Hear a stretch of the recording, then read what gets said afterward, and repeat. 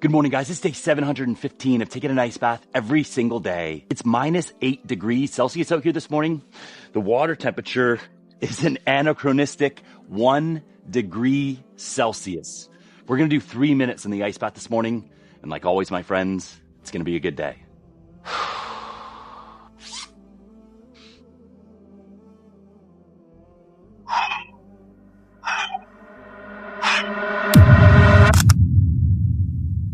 You don't need motivation to start. You need motivation to have started. And that only shows up after. Picture the most disciplined person you know.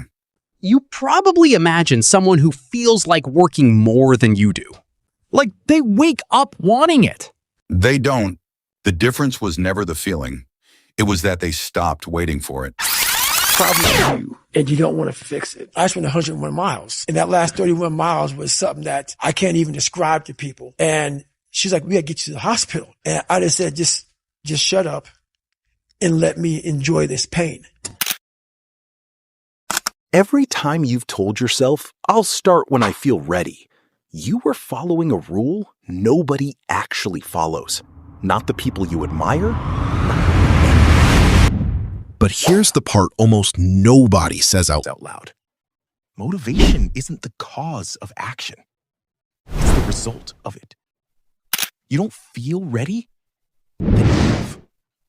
You move, and the feeling arrives to catch up with what your body already did. Therefore, waiting for motivation isn't neutral. It's not being patient with yourself. It's training your brain that action requires permission it was never designed to need. Oh, God! Oh, God! Every day you wait, you're not resting. You're rehearsing the belief that you can't move without the feeling. And the more you rehearse it, the more true it becomes. This is why the gap between who you want to be and what you actually do never closes on its own. It's not a motivation problem. It's a sequencing problem. And nobody ever told you the sequence was backwards. So if motivation was never supposed to come first, what actually does? That's part 2. Because once you stop needing to feel like it, there's a specific system that takes over instead. Not discipline, not willpower. Something more boring and more reliable than both. You were never lazy. You were just waiting for a green light that was never going to turn on. Last time, I told you motivation was never supposed to come first. So here's the actual system that replaces it. And it's not discipline. It's something people who never miss a day rely on. And they never talk about it. Willpower feels like the obvious answer. Just push through. Just try harder. But willpower is a resource, not a character trait. It runs out, the same way attention runs out, or energy runs out.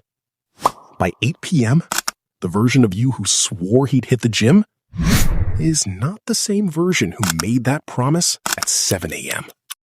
Therefore, any plan built on willpower is really a bet on catching yourself at your strongest moment. And strongest moments don't show up on a schedule. If you can't control your own brain and your brain controls you, you're fucked. You got to tell your brain where you want to go and how you want to go and how you want to get there. We forget we are in control of our mind. Here's the actual shift. People who show up consistently aren't negotiating with themselves every day. They've removed the negotiation entirely. They don't ask, do I feel like running today? They just At your dream, reviewing it every day and say to yourself, it's not over until I win. because in their head, they're not someone deciding whether to run. They're a runner. And runners run. That's not a choice. That's just what's true about them.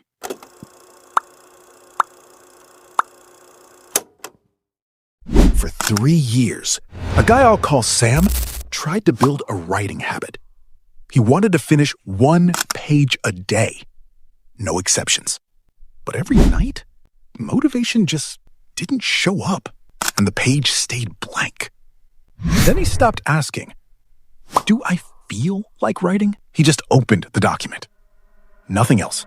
Not write, just open it. 6 months later, he had a finished draft. Not because he found motivation, but because he removed the moment where motivation was required at all. So how do you actually build this for yourself? 3 steps. That's it. Step 1. Decide at the identity level. Once. Not, should I run today? I'm a runner. One decision, not a daily negotiation. Step 2. Shrink the first action until it's too small to resist. Not the workout, just the shoes. Not the page, just open the doc. Step 3. Let momentum take over. You don't need to feel ready for step 2. You just need to clear it. The rest follows on its own.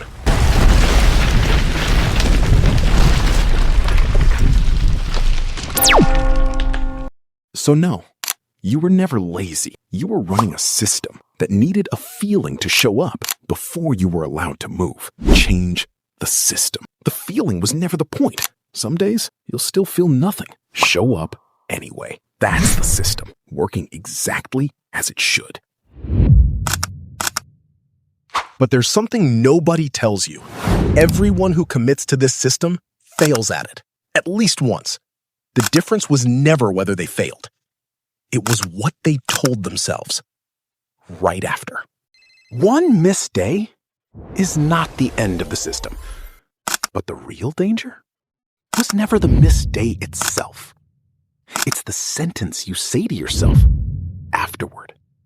When someone skips a day and thinks, I guess I'm just not a disciplined person, they're not logging one failure.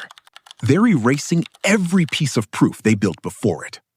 And that's the moment the whole thing actually breaks. But the person who says, I missed a day, I'll start again tomorrow. Hi, I'm Saul Goodman. Did you know you have rights? Well, you do. Sure, they're old-time. Without reopening the question of who they are, that's the person who keeps going. Because they understand a missed day is data, not a verdict. Therefore, the relapse only costs you 1 day. It's the identity question that costs you the month. So if you fall off this week, that's not proof the system failed. That's proof you're a human.